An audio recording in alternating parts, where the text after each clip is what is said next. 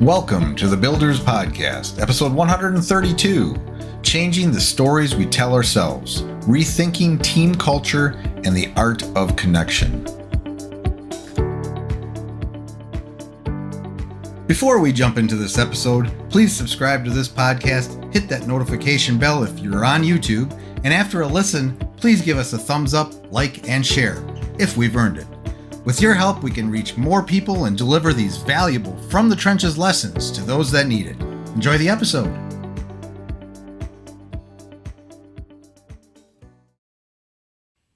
Hello, everybody. Welcome to another The Builders. Today, we are joined by Ron Macklin. Welcome to the show, Ron. Thank you, Matt. It's a pleasure to be here. So Ron, I think he had an engineering career many years ago, many decades ago. And during that career, he learned that he had a passion for building and leading teams. And that led him on a 30-year journey.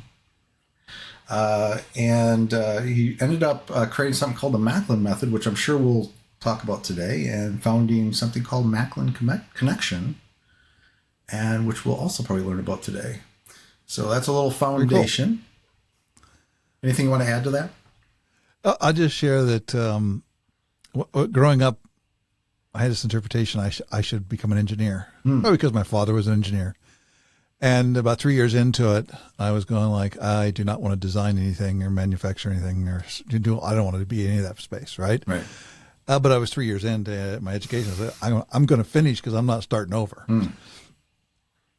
And so I declare myself a recovering engineer.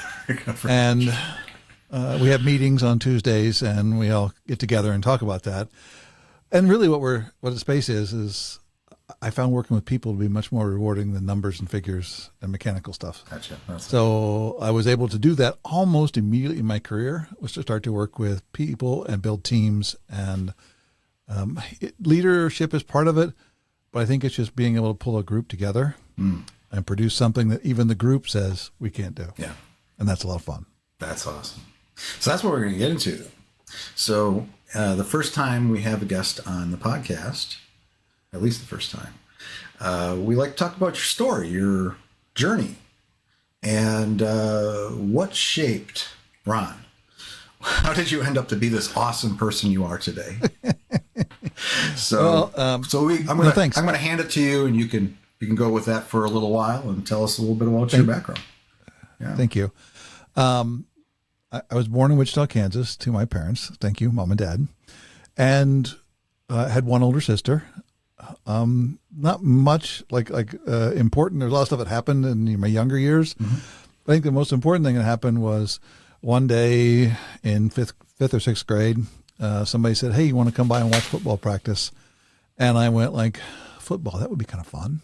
I wonder what that is." So I went over to watch it, and the coach was going to have none of that, right? So before I knew it, I was buying pads and playing sports and picking up the space where I had never done that before. And I found something that I really enjoyed, being a part of a team and doing something that I didn't think was possible.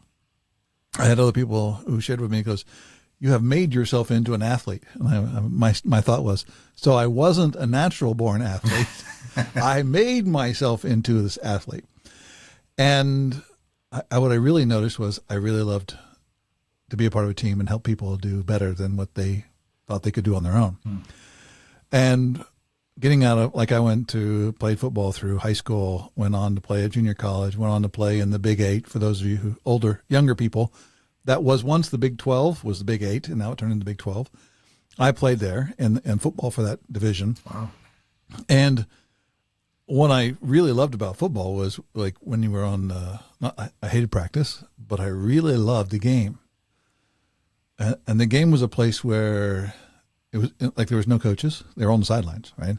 And you had to work together as a team, and it was like everybody was kind of amateurs. Like, 'cause even though some of us got to be pretty good at what we were doing, you had to work with everybody that was just stuck together there, and you had to come up with some way to win. And I loved that. I ran into some troubles with my body and couldn't continue my last year. But I found that what can I do in my life to make that happen? And all this time I was going through this space, I was falling in love with my wife. So we met when we were 15. So all through that time, 15 through junior college, through college, and then out of college. And then we finally got married a couple of years out of college. Wow. And we really, I really liked working together with teams. Well, when I got a job, the one I actually was able to get was because it was in the 80s, and the 80s were not really boom years for engineers or anything, right? It was kind of the slow years. The oil price was down and all this other stuff was down. And what I noticed was putting together a team, leading a team was a lot of fun. And I loved it. And I found I could be pretty successful, like running a shift of people. And I worked in nuclear power plants, and so I did everything from the turbines, the generators, to the primary side, the reactors, and all the components inside there, of which I couldn't design any of that stuff, right? That's not my game, but I could take it all apart and put it back together. Fun. And I could lead teams to take it apart and put it back together. And, well, Connie and I getting married, beginning to have kids.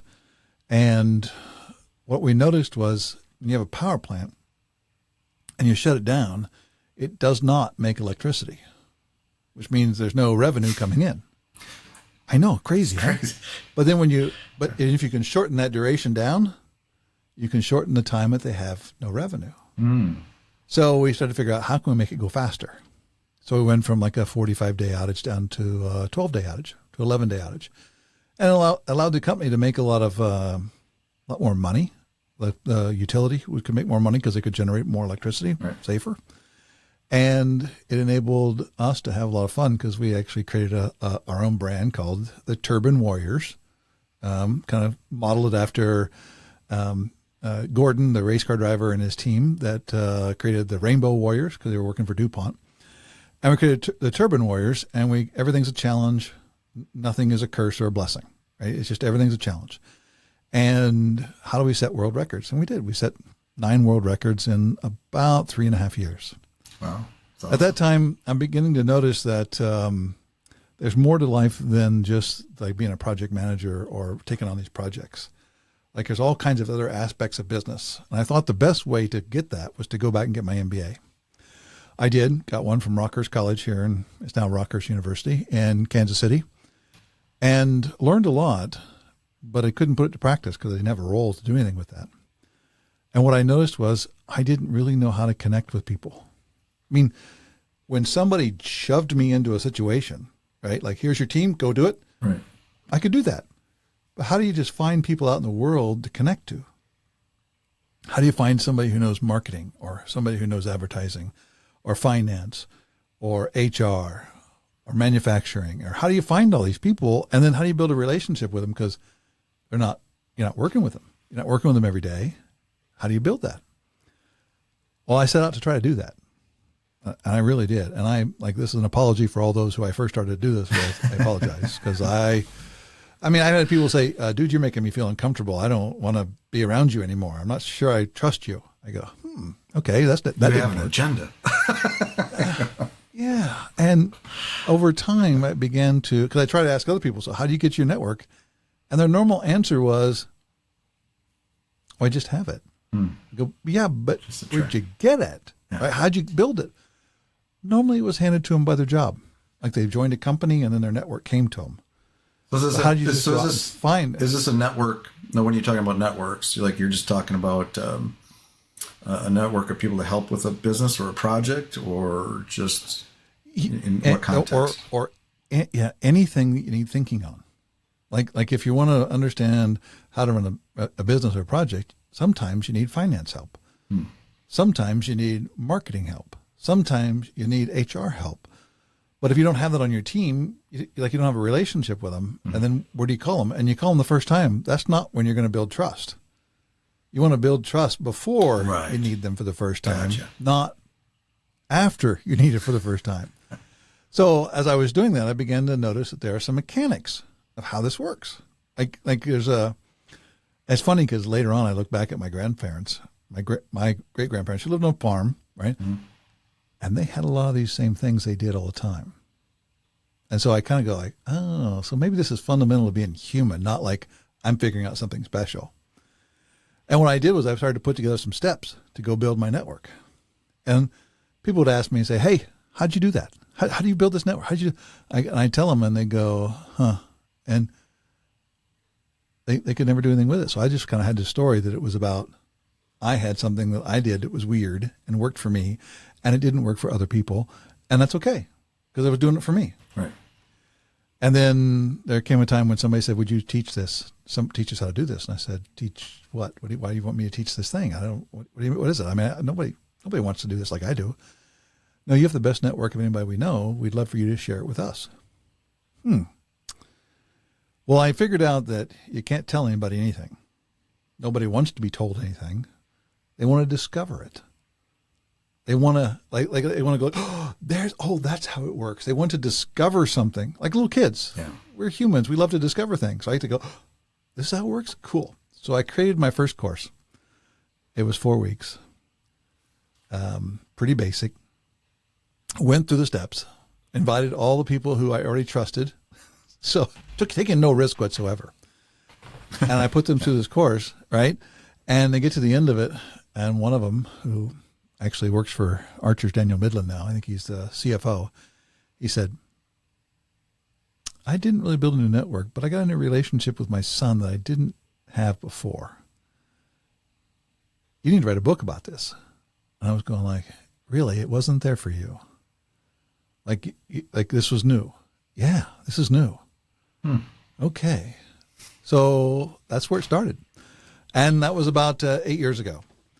And about 5 years ago, I left the job as a president of a company to come start this business full time, to help people build the connections and the relationships they want. Now, sometimes that seems kind of unusual. Like, what, building connections, what does that mean?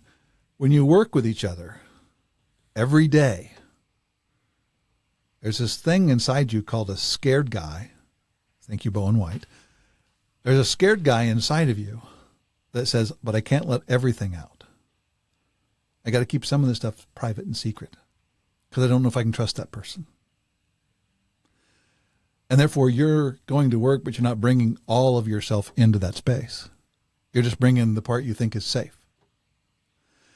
And the other people that are in the room, they're not wanting to bring everything they've got either, because if they did, it would not be safe. Now, if you truly trusted each other, this goes back to football, like when you're on the field, man, the world is watching you. You're out there kind of in a way. You got all those clothes on, right? But you're naked. There is nobody else around you but those 11 players that are out there together, and you got to depend on each other, and whatever's going through your head, you let it out. Mm-hmm. Because if you got a weakness, you need help, you go get it, right? Otherwise, you lose.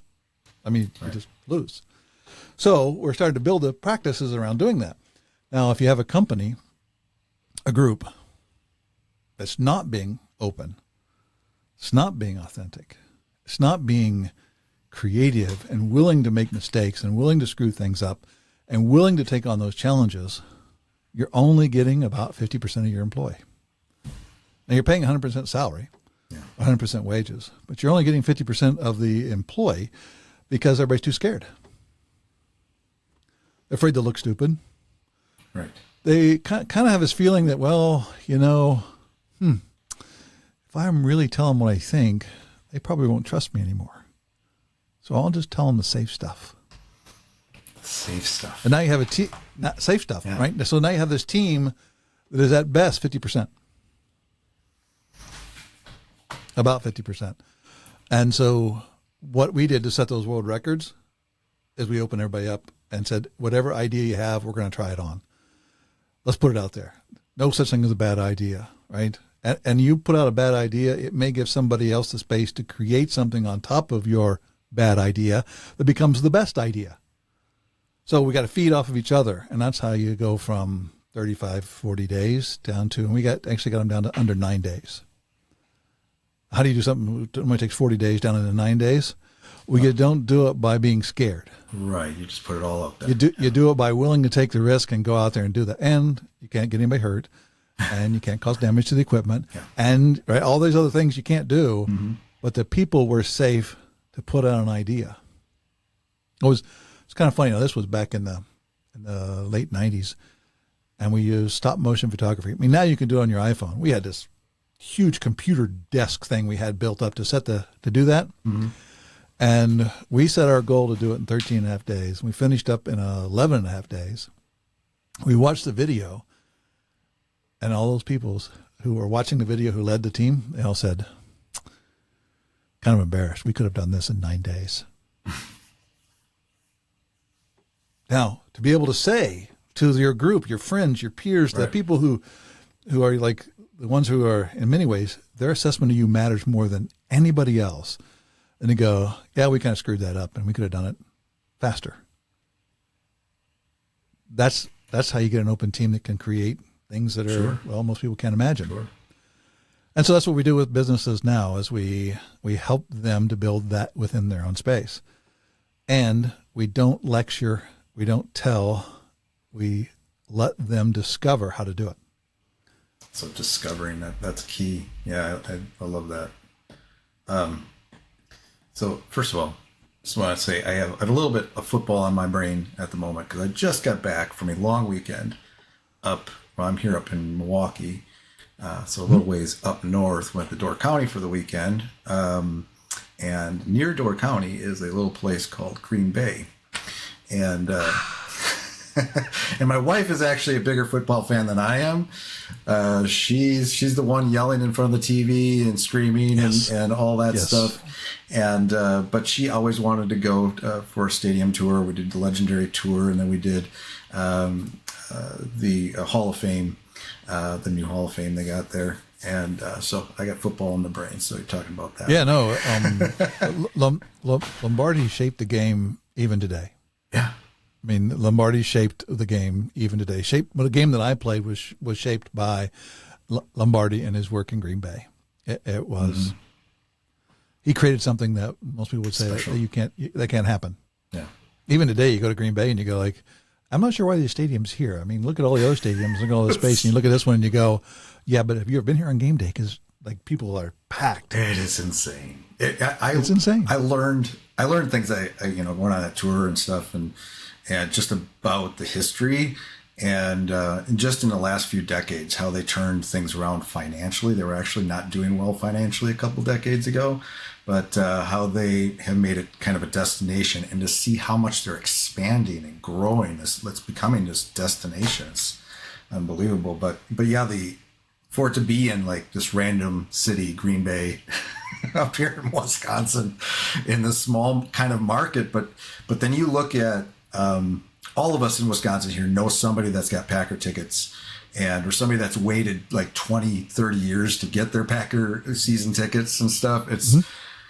It's crazy, because people don't let go of those. I mean, they're literally packed every game day. It's just wild. Yeah, it's I can relate to it a bit, living in Kansas City at the time.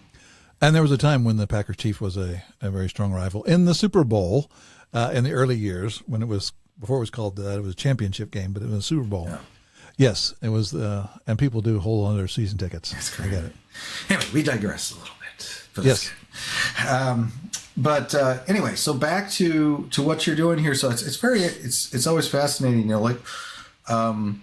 hearing your transition from engineer and needing to finish anyway, but discovering this other passion by just and being open to that and kind of finding your way. You kind of were on the wrong path, but then you found this other path that you're like, I really love working with teams, and I kind of have that same sense in my life because I've built a number of teams over the years, and 5 years ago I started an agency. I guess it was going to be a team, but I could be just a freelancer, just do my own thing. But I just loved developing a team and being able to do so much more and surround myself with others that are far better than I am, and stuff like that. So I just really appreciate team building myself. And so that's why I'm loving this conversation so far. So and then you create you kind of went on this 30-year journey. You found this 30-year journey. That's a long journey. A lot of ups and downs, and finding your way to building that first course how did you get there? Like, you decided, did somebody put a bug in your ear? You just thought, where did the course idea come from, and sharing with others? It started first because somebody asked me to speak. Like they said, could you share how you do what you do? Mm-hmm. And I was going, like I really was lost. I was going, why me? Find somebody who knows what they're doing here, really? And they go, no, you're the one. We want you to speak. We don't want anybody else. If in fact it's not you, we're not going to talk about it. I go, oh, okay. When I stood up and spoke, I remember sitting. There was somebody in the audience who I know. Afterwards, I go up and said, "So how'd I do? Right? How'd I do?" He goes, "Oh, you were just you." I go, "I don't remember anything I said. Like I just like it was a blur to me, right?" And they go, "No, you were you, and it was perfect. It was great. It was amazing. You were you. Yeah, you were you." And then they said, people want to know how to do this. Yeah. I go, so I invited that person and 2 others and had my first workshop. Next, I went to because part of learning, really learning, is to lead it to somebody else. There's something about that metaphor, or nothing brings clarity to the mind like the thought of a noose in the morning. And when you have to present it to somebody else, your body is different. You have to really understand and learn it. Your body gets perturbed. Whatever you say, it kind of sticks with you. And when what you didn't put in kind of sticks with you. And when it goes well, it sticks with you. And when it goes badly, it sticks with you. And so really being in a space of being a leader, being the guide, that's what we call people who work in lead sessions. Those guides are the ones who are learning the most. So immediately I went from I'm leading it to I'm going to work with a group of people who are going to lead a whole bunch of sessions. So we put 125 people through in about a 4 to 6 week period, of which I only led one. Everybody else was led by somebody else. And the reason that I did that was not for the 125 people, it's for the 7 people that were leading. Like they were the ones who were really going to learn. Right. So part of our process, my process to do this is you come in, you can go through the program, but there's also a space where you can go, I'd like to learn how to guide the program. So then whenever somebody's leading a program, they always have themselves, who's the leader, and then 1 or 2 like co-guides, or we call them kind of apprentices. They're trying to figure out how does this all work together. And what we do inside of a business is we'll come in, we'll hold a couple sessions, and then we'll find some people who want to learn how to do it. And then we coach them and guide them so they can lead the next sessions. And then we license our stuff to the business. And the reason is when they're responsible for producing it, they hold it all. It's embodied. It's not like, I took this course. What'd you learn from it? I don't know. It was a couple of years ago, and I can't remember what was going on. And they talked about some stuff, and it was really important. I remember that. It was, we should remember this because it's really important. What was it? I have no idea. Where now you're responsible for presenting it to other people. And when somebody gets lit up, like they get lit up like, this is pretty cool. I want to do this. I used it with my family. I used it at work. I used it in my community. I used it at church. All of a sudden they go, well, would you like to learn more? Yeah, I do. Now that person comes in and they're in a whole new space of learning something that they become a champion. They become a champion of the program. Then we license the stuff for them so they can learn it. They can lead it. They have to participate with us because you have to keep coming back to the source so you don't drift away. But this gives them a space for them to really begin to hold all of the different distinctions, all of the different techniques, all the stories, and all the spaces to do that. And then the goal is, let's say you have a 300-person organization or even a 50-person organization. Over a period of about a year, everybody gets a chance to go through it in some way. And there's probably 10% who become champions. And we hold that you don't have to have 100% go through, because if you start to change the culture will like propagate through the business. Oh, right. And what they comment on is like, there's no yelling. People ask them, did you mean to say this? Right? Not like, oh, you're an asshole. Did you mean to say that? Because that's what I made up. Just want to check. Right? And then they get real peaceful and they laugh a lot. Because they go, I'm sorry, I just made up the story and I'm going to check it with you. And they go, That's not what I meant. I know, that's what I heard. I'm sorry about making it up that way. Now, that's a whole different world from your scared guy saying, don't tell anybody anything. Only tell them what you have to keep your job. Right. Don't take any risk. Right. Now you get everybody out there trying things on. Had a customer, they just lost their 65 years of business. They lost their building, like it was leased building. Oh. And they had to move from that building to a temporary location in 2 months. Means 65 or 35 years in this location to into the parking lot in 2 months and up and running. And they did it because nobody was fighting. Everybody was working together.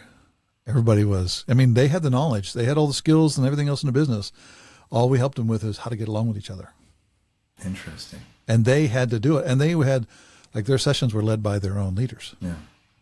So they had like champions inside the business, to help people understand how to work along with each other. Mm-hmm. Part of what I notice is sometimes you can get caught up in my business does this, right? Versus my business is people who make this possible. And when you focus on my business is people who make things possible, there's a different orientation to like how you treat them, what they can give into the business, what you can produce from whatever they can create, how you can take care of them because the business is profitable. It's a whole new space inside there for people to take care of each other. So let me rewind just a tiny bit, just a little bit. First of all, just the lesson about doing or like actually teaching, you learn more. I love that because that can translate to all kinds of things, like even writing a blog or and learning a topic. You learn it best by having to write about it or talk about it or whatever. And that's something I've found, through the decades myself, is that the more I wrote about something or taught it, because I've done courses and stuff in the past myself, I would just get really good at it and just knew it inside and out and could talk, and teaching it allowed me to be able to talk about it better and answer questions or help people more. So that's a huge, powerful thing. It's like I said, taking a course or reading a book or all that stuff, just, you're going to remember it. But when you have to write it, you have to teach it, you have to talk about it or whatever, you have to really know it and practice it. And so that's a one of lesson. the, thanks, Matt. One of the, shout out to Cindy. She has a story about learning, right? And you can read a book, right? But if you want to really learn it, you kind of got to get it all over you, like roll around and get it all over you, right? And when you go to lead it to somebody else, to share the knowledge with somebody else, you're getting it all over you. It's in all different parts of your brain. Yeah. It's embodied inside of what you're doing. You've got stories to tell about when you screwed it up and when it went well, and you got all this other stuff. And that part will never leave. Yeah, it will always be there. I love how you put that. Yeah. To get it all over yourself. Yeah. And that's what we do with our leading, is try to get it all over ourselves. Love it. And like we don't know anything about running restaurants or IT companies or metal companies or information technology, like new device companies, or we don't know any of that stuff.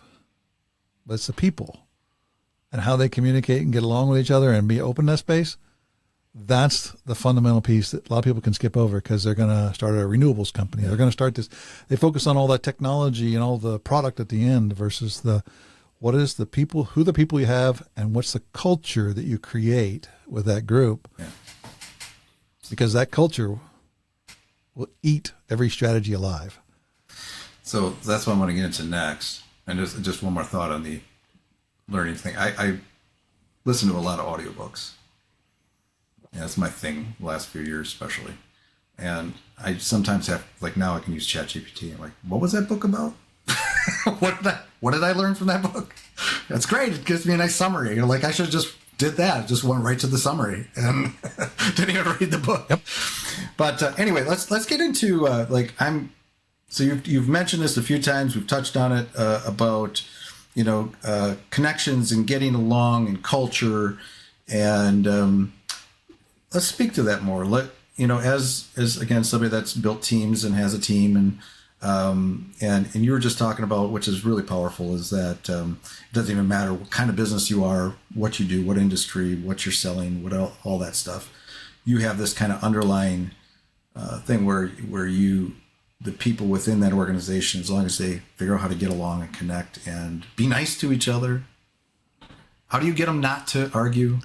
All that stuff. Let's talk more about that. Well, let's separate the arguing, because arguing can be very powerful, right? If you're passionate and you're arguing about it, but are you being demeaning or undignified? Right. With the folks, are you arguing, and inside you're going, that person's an asshole, or are you inside going like, I can appreciate what they have. Yeah. This is really good. Like, this is good. I don't like it at this moment, but it's pretty good. But you never know where the idea is going to show up. It's going to build on top of the next idea to take you where you want to go. It was a fundamental. Now, when you say, what is culture? Like, everybody goes, well, culture's this thing that's mushy and nobody knows what to do with it and how to work with it. And I have a bad culture. What are you going to do about it? Oh, we're going to have a party, right? That'll help the culture. Yeah. What is culture? Yeah. What is culture? Right. Yeah. Here you go. Ready? This is my description of culture. Each one of us has their own philosophy. We made it up as we lived through our lives. We weren't always aware we were making it up. Sometimes when we're 5 or 15 or 25 or 35, we make a choice. This is good. This is real. This is bad. This is who I want to be. This is where I want to go. This is all this stuff. You make all these choices and it becomes your philosophy about what is real and what is a good life. Now you take other people and you put them all in the same room. Every one of them has the same story. Not like it's the same story. They have a story that's in the same category. Like, they have a philosophy. What is real? What is good? Right? And when all those different stories come in to move together, how they interact, that's your culture. Good way. Now, if you want to work on your culture and you're going to work on something that's just the interactions of all the other stuff, you're not going to go anywhere. You're going to have a party, and then the party's going to show up, and you're going to have your cliques all go to the separate corners and do what they were going to do before at work. Mm-hmm. Right? So how do you do that? Like, how do you work on that? You work on those stories that each of us individually have. The philosophies we have. What is real and what's a good life? What do you mean by work on it? Like, well, you get a chance to notice it. See, well, first we get a chance to notice it. We get to notice our own story. I mean, we walk around the world with our stories, but do we ever really notice that they're our stories? They're just us. We just do things, right? This is who I am. I've always been that way. I got that from my dad. I got that from. There's a lot of people like that. They're just, this is the way I am. And that's just the way I am, right? I'm going like, it's not really the way you are. It's what you made up, and then you thought it was real, and now you see the world through that filter, and you say, "See, I told you so. See, I told you so." Versus you say, "Why did I make up that story? What did happen?" And that's when you go through the course. You're going to go through, and you're going to be able to chance to look at that and go, "Huh, why did I make up that story?" What? And then our answer is, because it worked. Does it work now? What? You mean it might not work? I go, no. Have you noticed people aren't riding horses anymore? They do for fun, but they don't ride horses to get to work anymore. Like, things change, right? My favorite one is, we used to sit on the earth and look up at the sky and go, oh, look at the sun go by, right? We even call it sunrise, sunset, right? But in reality, it's sun reveal and sun hide, because the sun's not really moving compared to us. We're spinning. But we like those things, we change on how we view those. But normally it's in generational. But we're inviting everybody to look at their stories they have and say, do I choose those stories going forward? Interesting. And now you're working on your own story. Now, my story inside could be, people that have goatees are bad people. I've heard that. By the way, Matt has a goatee, right? For those of you who are not watching the video, right? Matt has a goatee because they got hurt by somebody who had a goatee. And you immediately make up a story, goatee people bad. That's actually, no matter how good of a guy Matt is, right? goatee people bad, right? Yeah. But you get a chance to notice that you go, I made that story up. It's funny. It's funny you say that, just because I heard this story like probably 25 years ago, 30 years ago, or probably 25. I don't know when I grew my goatee. But I was in sales, and at the time, somebody actually said to me that people aren't going to trust somebody in a goatee. And it's still to this day, I think, well, I've been wearing it all these years. I'm doing all right. I made my own story. Said, this is okay. This is who I am. Right. So the goatee's okay for you. That's your story. That's Matt. Right? Yeah. Now, when we make up things that are based on the way somebody appears, or the tone of their voice, or the way they look, that shapes our world a certain way. Yeah. But we pass up all the gifts that come from that person. And if somebody does something that you make up a story that harmed you, and you don't want to be around that person, it means you're giving up all the gifts that person could give to you in your world. Yeah. Now, imagine going to a program where at the end of it you went and you could look at everybody and say, I apologize, I made up this story about you and I don't really want to have that story anymore. Thank you for letting me get through it. Yeah. And then they go, I had a story about you too. Oh my gosh. And on this camera, I am a 6'3.5", 250-pound person.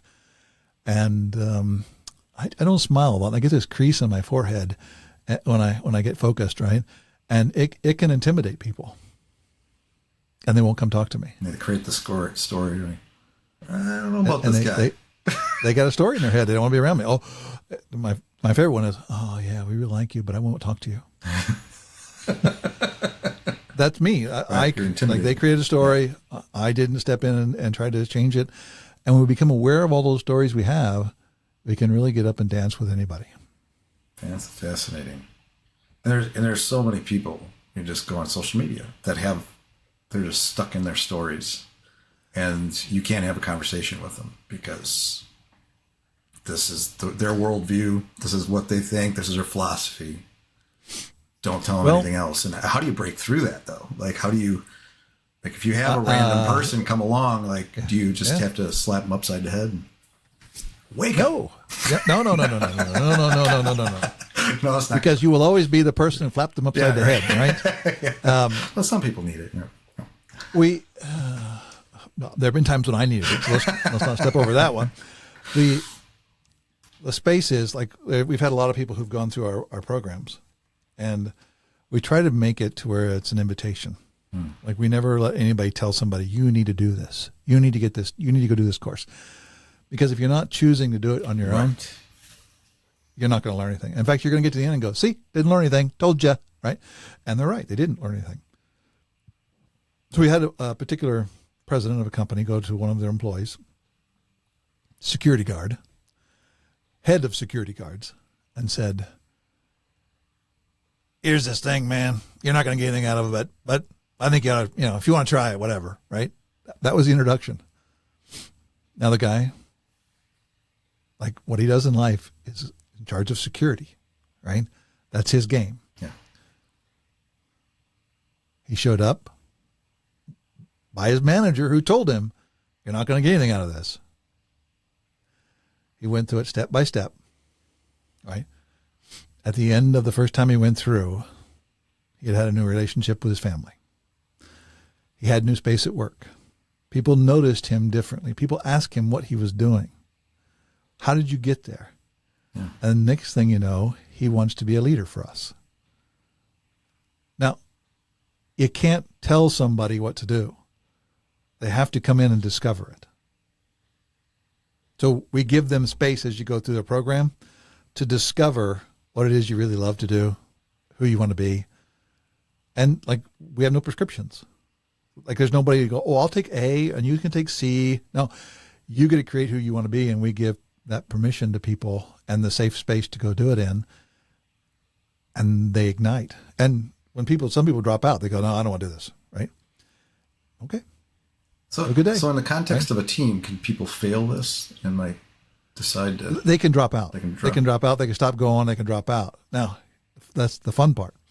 is they drop out, and those who finish it, the people who dropped out, come back and say, "Can I get back into that?" Because you see the change. Why do you want into that? I saw what it did over what this person's doing now. I want that. Interesting. See, there's all these stories we have in our head. And when we go through the first few weeks, it's really easy to go, this is not for me. I'm out. I'm not going to do this. This is too much time. I don't have the space to do it. Whatever this is, I don't need this. But that person needs this. And then they see the difference in somebody else has gone through, and they go, okay, I want in. And we've had individuals who've gone through 3 times before they finally finished. And when they finished, they became a leader. Amazing. Yeah. So they're seeing it. Now, you got to let them move at their own pace. Yeah, you think about it again. I don't know. I think social media all the time because I'm on there. But people like you probably heard of Gary Vee or others, gurus out there constantly putting out the content. But one of the things I think specifically he said, sometimes it's you got to hear things. You could hear the same message like 50 times. It's that one time you hear it a very specific way or see it or receive it in a very specific way that it connects and it changes everything. And it sounds like that's kind of what it sounds like here. Like you have people that they go into it first and they're not really connecting with it. And then, but they see it in a different light, or somebody else who their life is changing, or the way they're showing up now. Actually, I want that. Maybe I need to give this another chance. And it's very cool. The power, and we use a training aid. It's a horse training video that we use, and it's about connecting up with a horse and a trainer together versus breaking the horse. They join together. Monty Roberts is the guy who did it. And there's a saying we have called the horse sets the pace. And what that means is when the horse is ready, it will join the trainer. And we use the same metaphor for when the student is ready, then like we're here. Yeah. And you're not forcing it. Because you're not, yeah. well, you can't force it. Yeah. Like I can't force you to do anything. Yeah. Right. But when they're ready and they come in, it's a lot of fun. And they're alive and they're telling everybody and they're sharing it and their stories are going on and they hold on to it for a long, long time. That's why you got to keep putting positivity out there too. Eventually, those people that aren't positive, maybe they'll come around. Well, not all will, but most will. There are some people who their pride gets injured when they have to say that they're wrong. Right. It's one of those dangers of having a pride, a big pride, right? It keeps you from learning. Mm-hmm. Yeah. If something new or better comes along and you can't take it because you're tied to that story you have. Yeah. And the only person that can give up that story for them is them.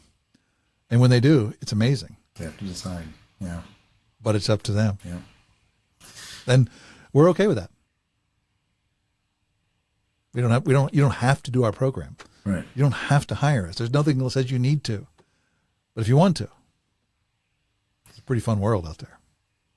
Fantastic. With the people you know now. Yeah. When we set all those world records, that's one of the things they said was, they go, oh, well, did you guys stack the team? No. What do you mean you stacked the team? You didn't bring all the best athletes? No, actually, we kind of took in some of the worst ones. Like some of the ones that nobody else seemed to get along with. That's when we brought in. We called ourselves Captain King Moonshadow. King Moonshadow. From, remember Rudolph the Red-Nosed Reindeer and the land of the misfit toys? Sort of.